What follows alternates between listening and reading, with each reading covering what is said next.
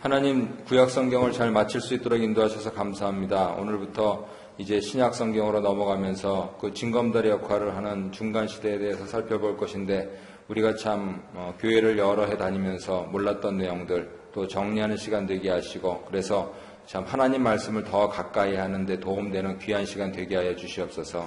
주님께 모든 것을 의지하며 예수님의 이름으로 기도합니다. 아멘. 오늘은 8장 신구약 성경과 그 중간시대가 되겠는데요. 103페이지 도표를 보시면은 신구약의 연관성이 있습니다. 신약은 새 언약, 구약은 옛 언약, 그러니까 그런 개념으로 쭉 보시면 됩니다. 그래서 주제가 말씀, 율법, 만나 이런 식으로 하고, 그것을 이제 세세하게 하나하나 이렇게 되짚으시는 그러한 내용으로 지금 8장이 구성되어 있고요. 특별히 신약 성경에서 그 주제하고 관련된 성경 구절, 이거는 어쩌면은 암송하셔도 좋으리만큼 중요한 구절들이기 때문에 하나하나 찾아보시면서 그렇게 좀 이 말씀에 익숙해지셨으면 좋겠습니다. 그 가운데서 교재가 모자란가요? 안 갖고 오셨군요. 예. 그 가운데서 이제 첫 번째가 하나님께서 사람을 사랑하시죠. 그래서 창조하시기까지 했는데 하나님과 사람과의 관계에 대해서 얘기를 하고 있습니다. 신약에서 특별히 성부 하나님만 나오신다고 자꾸만 생각을 하는데, 성자 하나님이 틀림없이 계십니다. 그리고 성령 하나님은 저쪽 요엘서에서 이런 거 거기서만 하신다 그랬는데, 아니면은 창세기 1장 2절부터 잡을 수가 있습니다. 하나님의 신은 수면 위를 운행하십니다. 그렇게 하셨고요. 그래서 마치 구약에 있는 하나님은 아버지 하나님이라서 좀 무섭고 하는 그러한 걸로만 생각하지 마시고, 삼위일체 하나님께서 구약이나 신약이나 다 역사하신다. 그런데 구약에서는 사람들이 성자 하나님과 성령 하나님에 대한 이해가 미흡한 것은 사실이다. 왜냐하면 신약, 새로운 언약을 주시려고 하나님께서 오래 기다리셨거든요. 그랬을 때 성자 하나님께서 세상에 강림하실 때까지는 하나님께서 여러 가지 모양의 계시로 말씀하셨어도 못 깨닫는 거죠. 예를 들면 이사야 말씀을 통해서 이새의 줄기에서 순이 나서 하면서 예수님을 지칭을 하고 있는데, 그 예수님은 하나님이고 아버지고 창조주고 구속주고 영원히 있으실 분.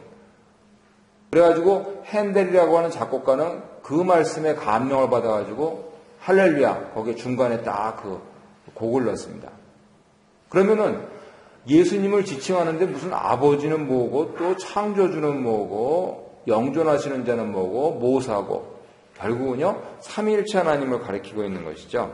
그래서 신구약 성경을 연관적으로 생각해 봤을 때 구약에서 성부 하나님 중심의 그 관계가 신약에서는 성자 하나님과의 관계로 발전된다. 이렇게 정리할 수가 있습니다.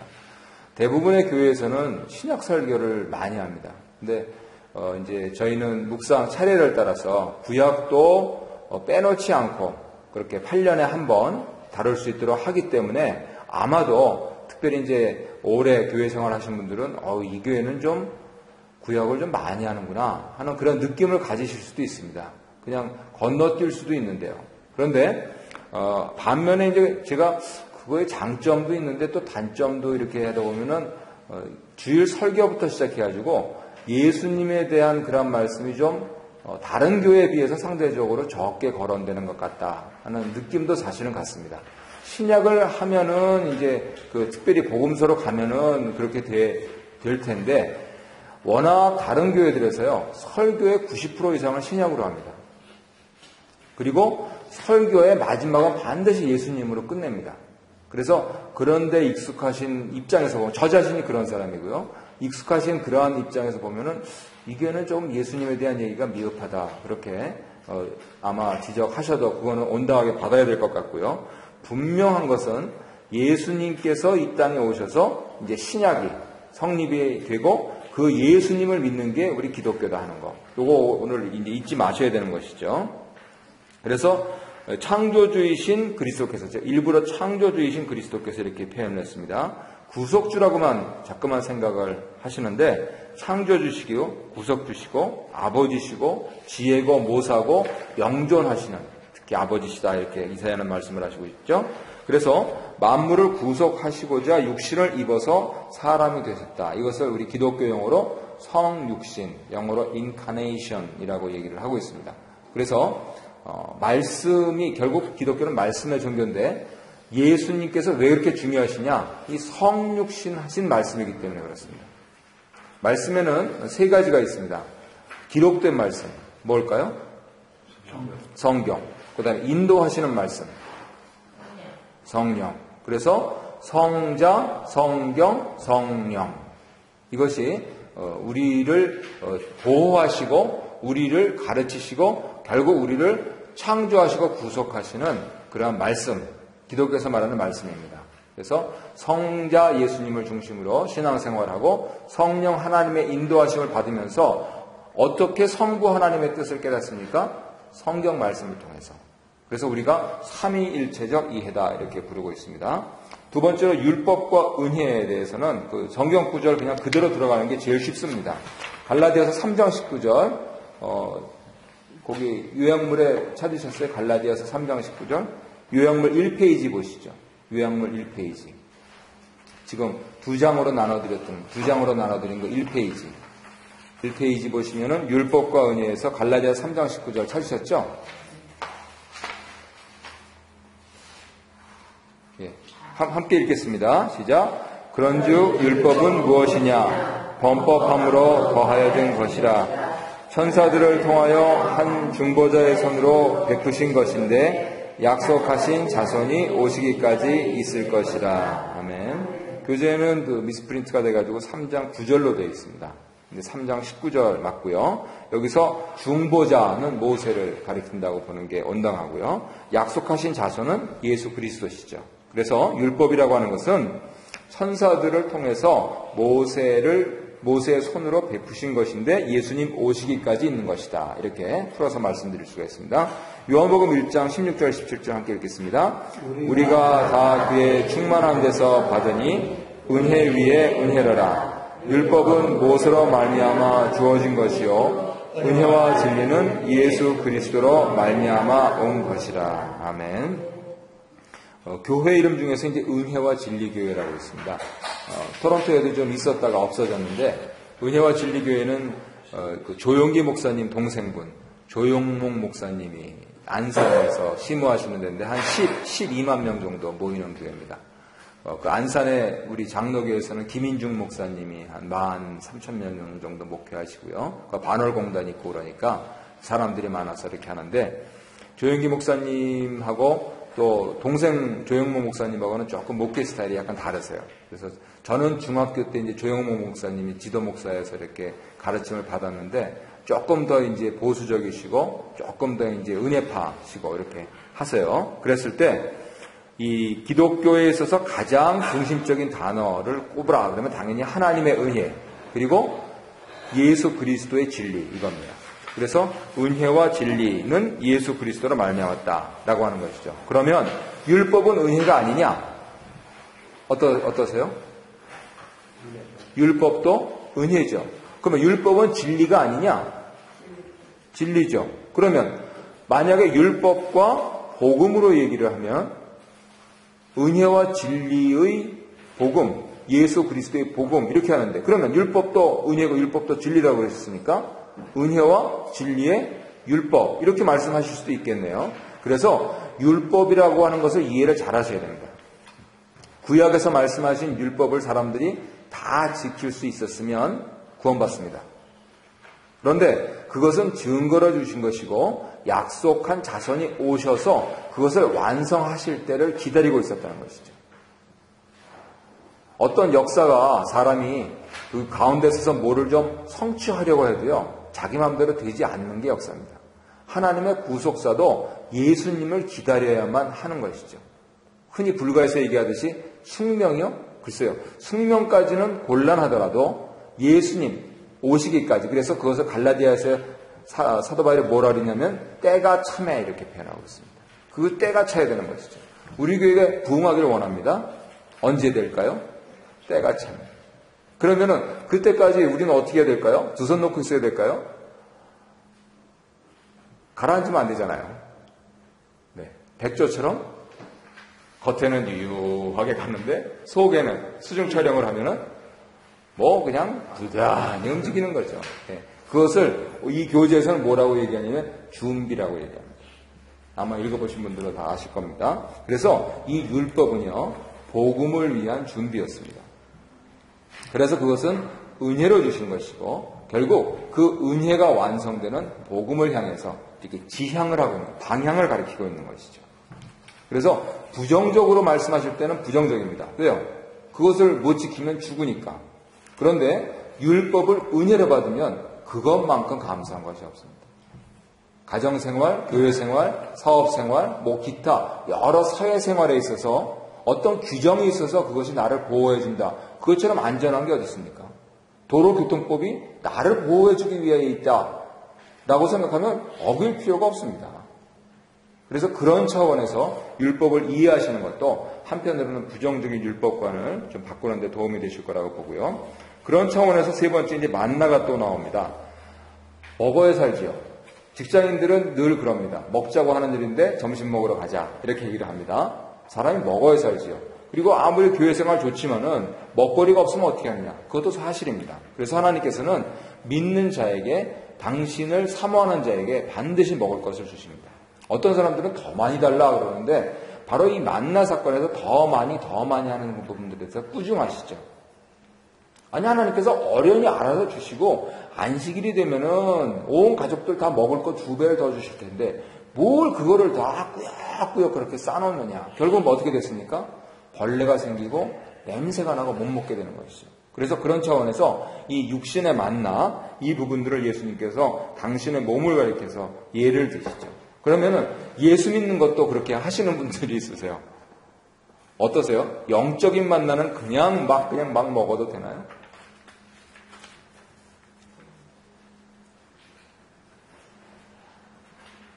참 제가 어려운 질문을 드린 건데요. 일단 이해를 그렇게 하시면 좋겠습니다. 성령의 9가지 열매라고 우리가 흔히 알고 있는데 한 가지 열매죠.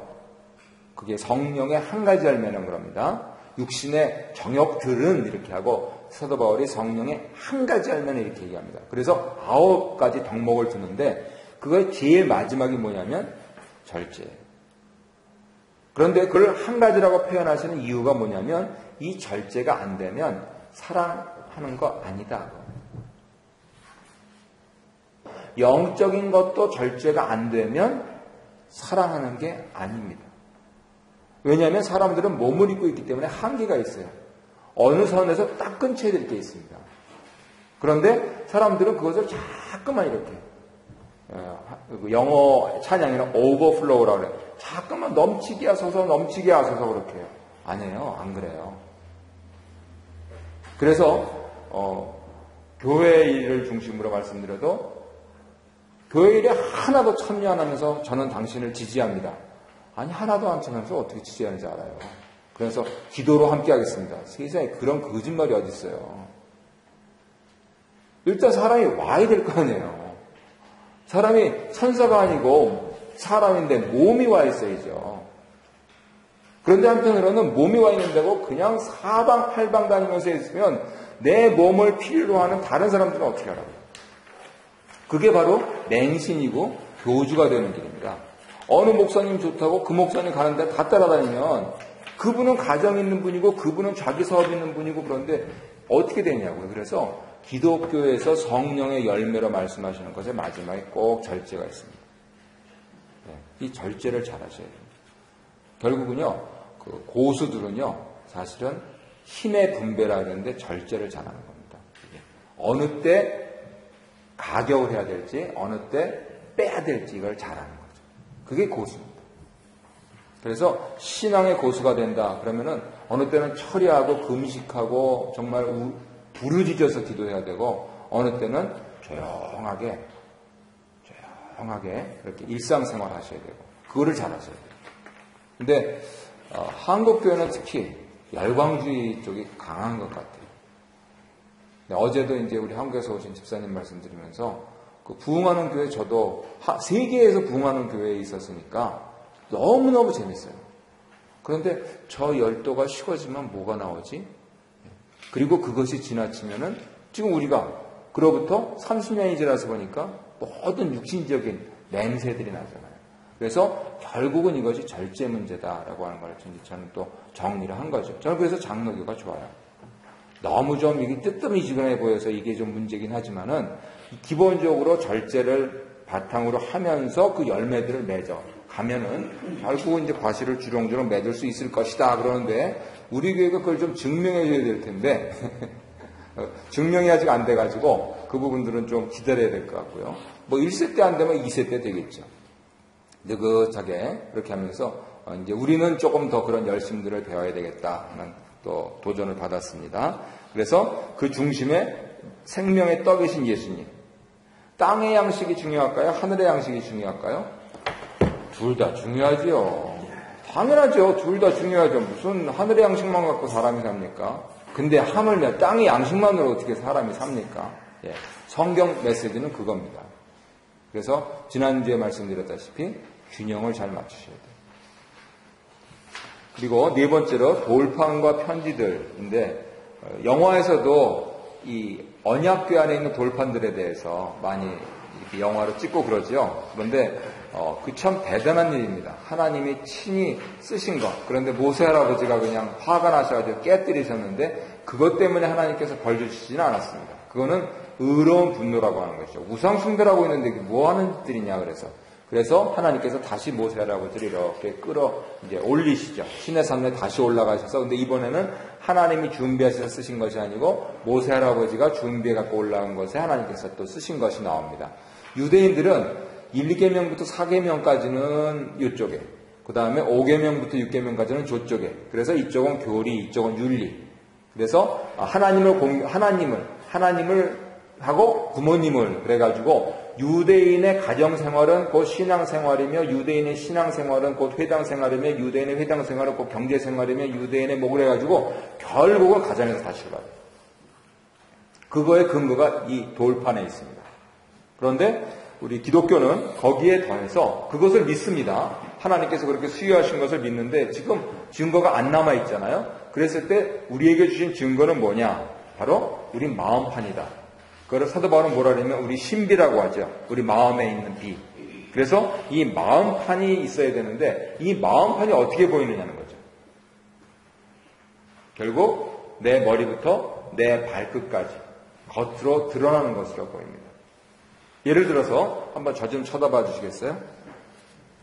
제가 매일 3시간씩 기도하고 제가 이제 방언도 하고 통역도 하고 또 신유연사도 있고 설교를 청소년수처럼 하는 그 목사라고 가정을 하겠습니다. 그런데 이제 성도님들이 저를 보실 때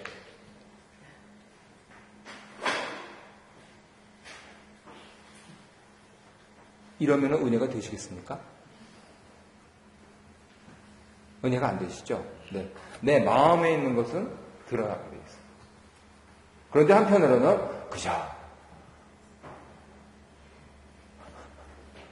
그냥 하염없이 좋으신데 그냥 하염없이 좋기만 하세요. 마음에 아무것도 없다. 그러면 그것도 문제인 거죠. 그래서 잠깐 말씀으로 심으셔야 됩니다. 우리 교회가 묵상을 하는 거 이게 방향이 좋다는 것이 통독, 장로님들께서 또 집사님들께서 해보셔서 알겠지만 통독이 굉장히 좋은데요. 지나가요. 근데 묵상은 심어요. 하루 종일 그거 생각하니까요. 하나님께서 이만한 두뇌를 주셨는데 이만큼이 아니고 이만큼 가지고 그거를 조금 더 내가 어떻게 실생활에서 실천해볼까 하는 이 생각을 하시니까 이게 신겨져요. 그래서 통독을 몇 번 하신 분보다도 묵상을 한 번 제대로 하신 분들이 더 성경 구절을 더 정확히 하세요. 거기다 암송까지 하시면 이웃에 있는 목사님은 만절 암송하신다 그러죠. 그러니까 그렇게 암송까지 하고 나면 이게 튼튼한 기초가 되거든요. 그래서 결국 우리 마음판에 하나님 말씀을 새겨서 우리에 나타나는 이 인상으로, 이거를 영어로는 임프레션이라고 합니다. 임프레션은 뭐냐면 찍는 겁니다. 우리 마음에 있는 하나님 말씀의 도장이 우리 머리부터 발끝까지로 나타나는 거예요. 그래서 결국은 하나님께서 왜 그렇게 만드시냐 하면 세상에 그리스도의 편지로 보내시려고요. 사람들, 예수 안 믿는 사람도 예수님 존경합니다. 왜요? 예수님처럼 살기만 하면 세상은 평화롭거든요. 안 믿어도 그래요. 그러면 믿는 사람들을 왜 하나님께서 그렇게 말씀 공부하고 훈련시키시느냐? 이 예수님을 전해라 되는데 우리가 입으로 기본적으로 전해야 되는데 입으로 전하면서 동시에 우리 머리부터 발끝까지 우리의 행실로 전하는 겁니다. 어떤 분들은 행실로만 전하는다는데 그건 말도 안 되는 소리예요. 아까 말씀드렸다시피 내가 입을 열어 전하지 않는데 그걸 어떻게 하냐고요. 속에 있는 생각을. 내 마음에 있는 생각은 입으로 나타납니다. 어느 교회는 권사님들, 특별히 이제 주방을 장악하신 권사님들은 주일날에도 막 육두문자를 쓰면서 그냥 그렇게 하는데 결국은 주일을 위해서 이렇게 빨리빨리 사고나 이제 불에 뒤면 안 되니까. 근데 처음에는 넘어가는데 그게 1년 내내 계속되면 그건 아니죠. 마음속에 있는 게 나오는 거죠. 욕하는 마음인 거죠. 그러면 사랑하는 마음이면 사랑하는 말이 나온다는 건 당연한 거죠. 예수님을 믿는 마음이면 예수님을 전하는 말이 나오는 게 당연한 겁니다. 거기다가 인상까지 같이 이렇게 되면서 아, 저분을 보니까 참 푸근하다. 나는 저분보다 가진 게 많은데 왜 이렇게 각박하냐. 그렇게 생각했을 때 심사숙고하시게 되는 거죠. 한번 저분처럼 나도 신앙을 가져볼까 이렇게 하면서. 그래서 아브라함 링컨이 뭐라고 그랬습니까? 아브라함 링컨은 인상 굉장히 고약한 분이었습니다. 왜냐하면은 배가 고파가지고 못 드셨어요. 어려서부터. 그래가지고 아브라함 링컨 보통 초상화 보면 기르시잖아요. 어느 초등학교 소녀가 편지 쓴 거를 보내서 아저씨는 말은 참 좋은데 아저씨 얼굴은 무서워요. 근데 다 움푹 패이고 그러고 있으니까 한번 여기 구렛나루를 길러보시면 어떠시겠어요? 그래가지고 길러보니까 좋으니까 그래서 상원의원하고 주의원하다 상원의원하고 대통령 되시 이렇게 하신 거거든요. 그랬을 때 이게 굉장히 중요합니다. 이것이. 그런 편지로서의 역할에서 이제 이렇게 나타내시고요. 제가 또 이제 그 다음 페이지 보면 영광이 나오죠.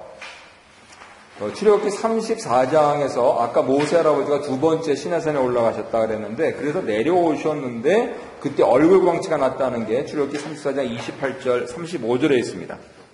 그래서 사람들이 가까이 오기를 두려워할 정도여서 수건으로 가리고 또 회막에 들어갔다가 나올 때 가리고 이렇게 했다 그러는데 고린도후서 3장 13절 16절 보면은 사도 바울은 그것을 이분이 이제 정통한 유대학자니까 어떻게 해석하냐면 근데 나중에는 이제 하나님 뵙고 온 지 오래돼가지고 없어졌는데 수건으로 계속 가렸다. 그런 뜻을 이제 말씀을 하세요. 왜요? 사람들은 그런 거 원해요.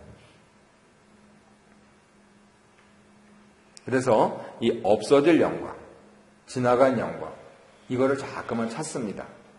우리가 흔히 하는 말로 세 글자를 걸 뭐라 그럽니까? 왕년회라 그러시죠. 왕년회. 그래서 이미 오신 분들 왕년회 아니신 분이 어디 있습니까? 그래서 저는 그렇게 얘기합니다. 강남 이민 오신 분들은 강남에 있는 분들보다 더 세다. 왜냐하면 조국에서 뿌리 뽑아서 자발적으로 왔던 뿌리 뽑혀서 왔던 다른 나라에서 다른 나라 말로 다른 나라 음식을 먹으면서 살고 있다는 것은 이건 엄청난 자아 아니면은 엄청난 포로 생활입니다. 그랬을 때 우리가 이민자로서 이걸 잘 생각하셔야 되는데요. 걷어져가는, 없어지는, 한국에서 있었던 일, 심지어는 이민하고 초청기에 있었던 일, 그건 다 지나간 거예요. 그런데 우리가 주일날 2012년 오늘날도 자꾸만 수건을 쓰는 거예요. 주일날 친교 시간에 보면은 같은 얘기 또 하실 거예요. 그렇다면 지금 현재의 영광, 그건 무엇이겠습니까? 내가 예수님을 믿어서 이번 주일을 살아봤는데 이렇게 성공했고 이렇게 실패했다. 내 영광이 아니고 예수님 영광, 높은 분한테 딱 붙는 게 얼마나 좋아요. 그리고 그분이 옛날 분이 아니고 지금 이 주간에 오늘 나와 역사하시는 분. 이라고 하면 얼마나 좋아요.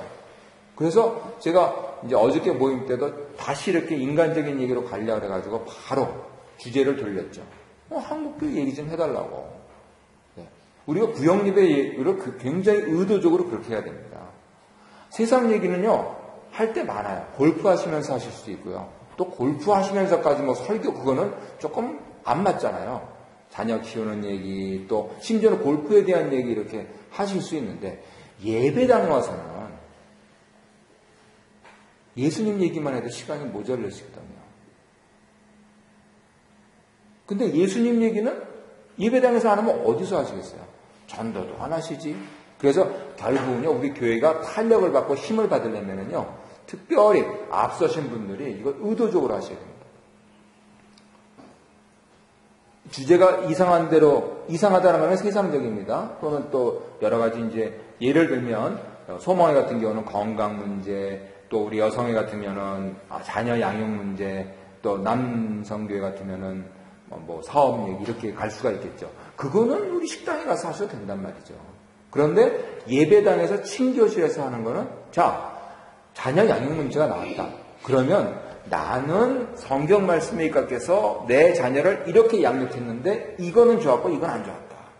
그 얘기를 해주면 예배당에 온 사람들이니까 그거 나도 해봤다. 그러면 그때 옆에서 특히 새로운 사람들이 들으면서 야, 여기서 얻을 게 있다. 왜요? 세상에서 안 하는 얘기 하잖아요.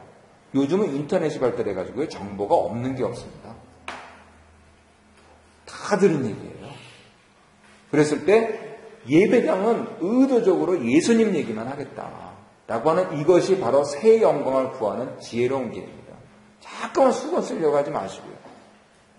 그래서 이 수건을 걷어내라 하는 게 사도 바울 고린도 후서의 메시지잖아요. 물론 이것을 역사를 없애야 된다. 그건 아닙니다.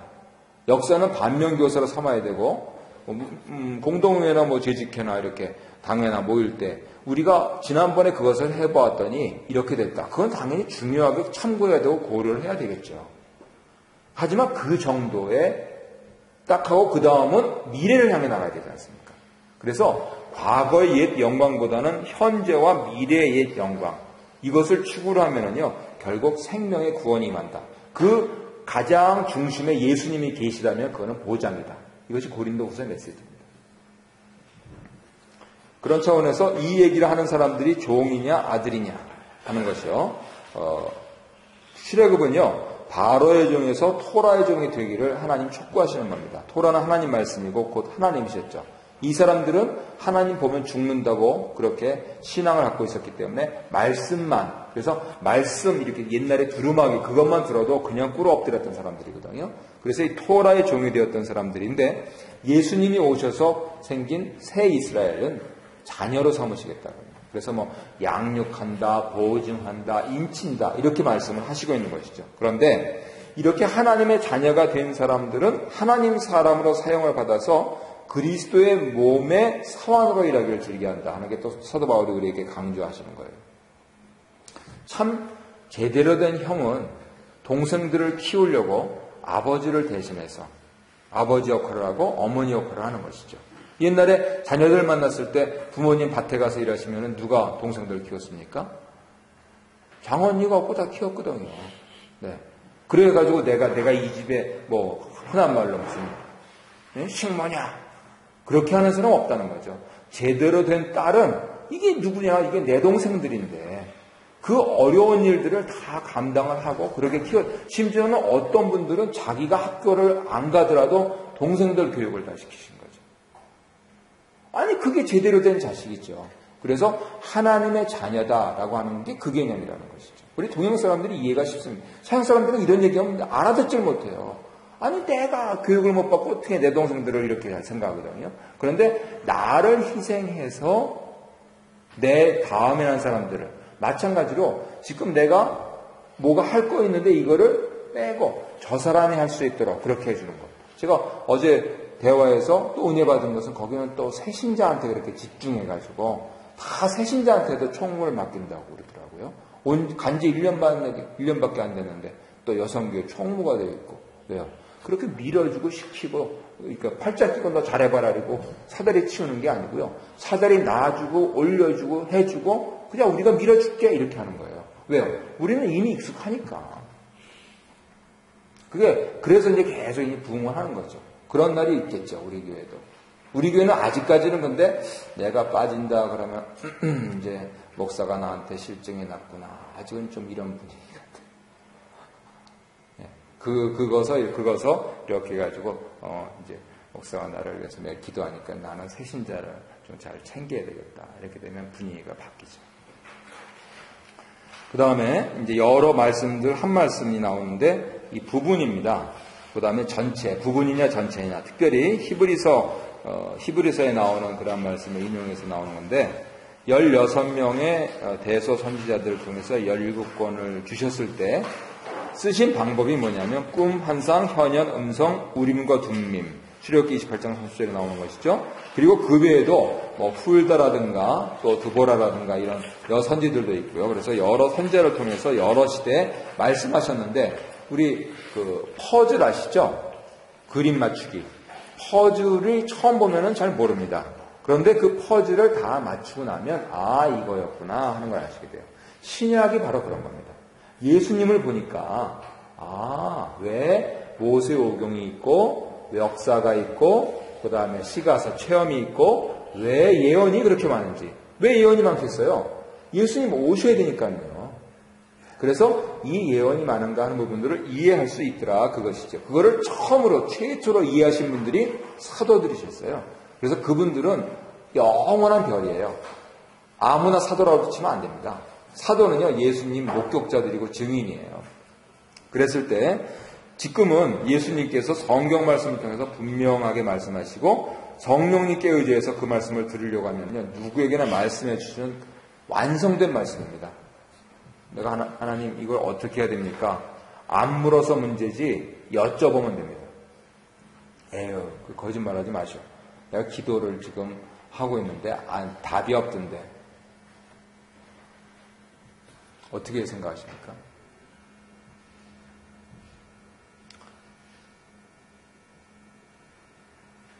내가 기도 이거 1년째 하고 있는데 뭐 하나님 그 묵상 해도 답도 없대 이렇게.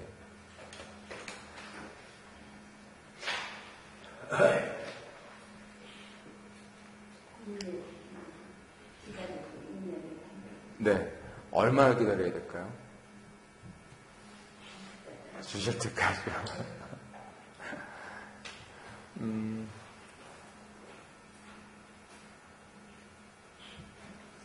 제가 개인적으로 이렇게 품고 있는 생각은 모세 시편 가운데서 하나님 궁정에서는 하루가 천년 같고 천년이 하루 같다. 예, 하나님께서는 이 하루를 연으로 계산을 잘 하시더라고요. 그래서 이제 가나안에서 40일 그렇게 해가지고 40년 하셨으니까 하나님 천년까지는 못 살잖아요. 사람이. 그러면 1000일 정도는 하나님의 논리를 따라가는 겁니다. 제 개인적인 이 신학도 아니고 제 개인적으로. 그러면 1000일이면은 몇 년입니까? 네, 그 정도는 좀 해봐야 되지 않겠나. 이제 그렇게 생각하고 있는데 이민교회로니까 그런 말씀을 하시더라고요.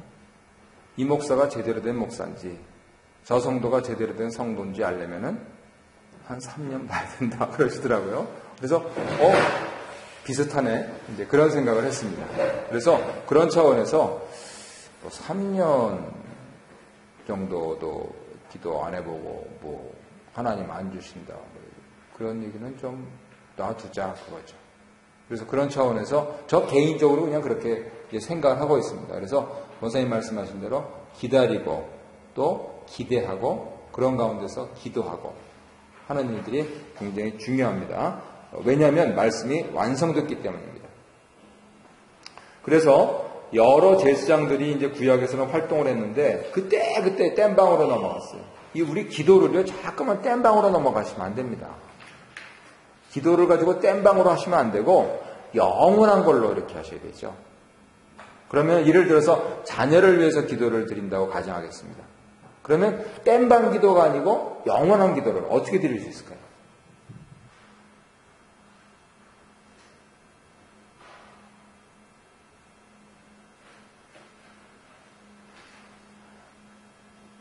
우리 부모가 이제 자녀가 시험을 본다, 지금 기말고사를 본다. 그러면은 머리에 손을 얹고 기도해 주는 거 굉장히 중요한 거죠. 그런데 얘가 기말고사를 잘 봐가지고 좋은 성적을 해서 좋은 대학 가서 좋은 직장 잡고 좋은 가정 가지고 잘 살 수 있는 거 누가 하실 것 같습니까? 제가 그거 못 해주거든요.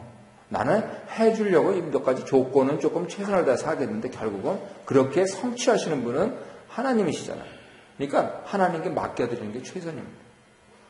그래서 얼른 내 자식을 하나님 자식으로 만드세요. 얼른 하나님께 밀어드려야죠. 하나님, 이 자식이 기말고사를 본다는데 공부를 했는지 안 했는지 모르겠습니다. 그러니까 공부 안 했는데 100점 맞게 해주세요. 그러면 그거는 좀 하나님, 내가 생각해도 그건 말이 안 되잖아요. 그죠? 그러니까 하나님 공부한 거 잊어버리지 않고 다 쓰게 해요. 이 정도는 조금 봐줄만 하죠. 거기다가 하나님 저를 보셔서라도 10문제 맞출 수 있는데 12문제만 좀 맞추게 해주세요. 뭐 그것도 디테일하고 좋습니다. 그런데 결국은 이 기말고사가 잘 돼가지고 이 아이가 자기가 원하는 공부 마음껏 해주시고 하나님 자녀 삼으셔가지고 하나님 사람으로 써주십시오. 잠깐 맡겨드려야 돼요. 그랬을 때 그 영존하시는 제사장은요 예수님밖에 안 계십니다. 그래서 우리가 자꾸만 뭐 이렇게 해라 저렇게 해라 하는 것보다도 예수님께 자꾸 맡겨드려야 됩니다. 그리고 하실 수 있으면 너는 내 자식이지만 당신은 나의 사람이지만 결국은 우리는 예수님의 사람이다. 그렇게 돼야만 영생을 할 수 있다라고 하는 쪽으로 자꾸만 가르쳐 주셔야 됩니다. 그것이 집안의 어른된 본분이시고요. 책임이시고요. 그래서 자꾸만 일시적으로 이렇게 덮으려고 하지 마세요. 단번에 씻으셨는데 왜 자꾸만 그걸 가리려고 합니까? 물론 지난주에도 말씀드렸듯이 한국 사람들한테서 성적인 부분들은 저는 덮고 지나가는 게 좋다고 봅니다. 서양 사람들은 뭘 덮고 지나가겠습니까? 돈, 경제적인 거예요. 덮고 지나가죠. 근데 그 외에 내가 이렇게 잘못했는데 제가 목사 입장에서 말씀드리면 제가 이렇게 쭉 해가지고 원고 준비해가지고 외워가지고 했는데 나도 모르게 툭 해가지고 이게 말이 잘못 나왔는데 어떤 분이 시험에 들었다. 그러면 어떻게 하면 됩니까? 내가 하나님 말씀을 증거하려고 했는데 지금 뭐 성도님에게 집사님에게 상처가 돼서 이렇게 교회도 안 나온다 하시니까 사과를 드리겠습니다. 잘못했습니다. 그러면 되잖아요. 그래 그분이 안 나오시면 그분은 그건 선택이고. 근데 목사가 설교한 걸 가지고 말이지. 그렇게 하시면 안 되는 거죠. 그래서 덮을 것과 씻을 것. 대부분요. 덮을 거는 지금 한국 사람들한테 성취인 것밖에 없다니까요. 그 외에는 내가 잘못한 거 인정하면 됩니다. 제가 많이 실수를 했습니다. 제가 본의 아니게 그렇게 했는데 선생님을 가르친 게 아니었습니다. 이렇게 하면서. 그렇게 하면은 그냥 한 번에 되죠. 이쪽이 아니라고 하는데 저쪽이 기라고 하면 어떻게 하겠어요? 그건 대답이 없는 거예요. 그걸 받아주는 연습을 또 교회에서 해야 되겠는데. 그래서 우리는 예수님 피로 씻음 받았다고 하는 걸 자꾸만 내가 실천하면서 살아야 되는 거죠. 그래서 그 모든 부분들을 이렇게 하나로 통합하신 것이 뭐냐면 십자가입니다. 십자가를 생각하시면은요, 못할 거 없습니다. 예수님 십자가 지셨는데, 이게 또 한 집안 식구라고 이게 이렇게 살고 있는데 또 이게 이렇게 사람 마음을 아프게 하네. 어떻게 하겠습니까? 십자가라고 생각하면 용서하고 받아주고 씻어야 되겠죠. 그거를 내가 뭐 그냥 하면서 하면 한이 되시고요. 화병 되시고요. 또 그냥 그 자리에서 내질러 버리잖아요. 싸움 됩니다. 적어도 싸움이 있는 곳에 분쟁이 있는 곳에 시기와 다툼이 있는 곳에는 그리스도께서 계시지 않습니다. 십자가를 지지 않기 때문이죠. 그래서 항상 십자가를 생각하시면 승리하실 수 있습니다. 근데 그 십자가는요, 영광의 십자가 아닙니다. 치욕의 십자가입니다. 영화를 찍느라고 가려져 있지 옛날에는 빨개 벗겨서 십자가에 달았습니다. 치욕의 십자가입니다. 또 고통 이건 말할 수도 없고요. 피 당연하고요. 이 심정적으로 이게 말이 안 되는 겁니다. 그래서 로마 사람들이 그렇게 잔인하게 즐겼던 거죠. 그랬을 때 예수님께서 십자가 지셨으니 나도 지겠다. 이렇게 다짐을 하시면요, 세상에 못할 일이 없었습니다. 그래서 이것을 넘어간 사람들이 불심판을 면합니다. 거기 요약물에 베드로후서 3장 6절 9절 있죠? 글씨가 좀 작지만 함께 읽겠습니다. 이로 말미암아 그때 세상은 물이 넘침으로 멸망하였을 때 이제 하늘과 땅은 그 동일한 말씀으로 불사르기 위하여 보호하신 바 되어 경건하지 아니한 사람들의 심판과 멸망의 날까지 보존하여 두신 것이니라. 사랑하는 자들아, 주께는 하루가 천년 같고 천년이 하루 같다는 이 한 가지를 잊지 말라. 주의 약속은 어떤 이들이 더디다고 생각하는 것 같이 더딘 것이 아니라 오직 주께서는 너희를 대하여 오래 참으사 아무도 멸망하지 아니하고 다 회개하게 이르기를 원하시느니라. 아멘. 예, 지난주 배웠듯이 하나님 오래 참으시는 거하고 내가 자꾸만 질질 끄는 거하고 구별하셔야 됩니다. 그랬을 때 내가 아는 사람이 이거 질질 끄는 것 같다 그러면은 하나님 빨리 회개하고 돌아올 수 있도록 도와주십시오. 그러면 내가 중보기도를 하는 겁니다. 다른 사람을 위해서 그런 중보기도를 했을 때 나 자신이 질질 끈다 그러면 그건 좀 그렇죠. 목사가 자기가 실천 안 하고 자기가 실천하지 않을 것을 설교한다 그러면 교인들 다 떠납니다. 알아요. 그랬을 때 내가 실천 안 하면서 다른 사람을 위해서 뭐 한다. 말이 안 되는 소리죠. 그랬을 때 바로 이 십자가의 원리로서 불심판을 면하고 오히려 심판이 아니고 구원을 받는다 라고 하는 부분들을 잘 생각하시면 오늘도 승리하실 수 있습니다. 그래서 하나님께서 오늘도 회개하라 하시는구나 하는 부분들을 이해하실 수가 있지요. 앞에 이제 제가 좀 자세하게 설명을 드려서 오늘 여기까지 하겠습니다. 이 또 축구도 있고 또 하시니까는요. 다음 주일날 제가 아직 책 정리를 못 해가지고요. 우리 김 박사님 자부가 보내준 책이 있어요. 그 성경과 5대 제국이라고 제가 그 책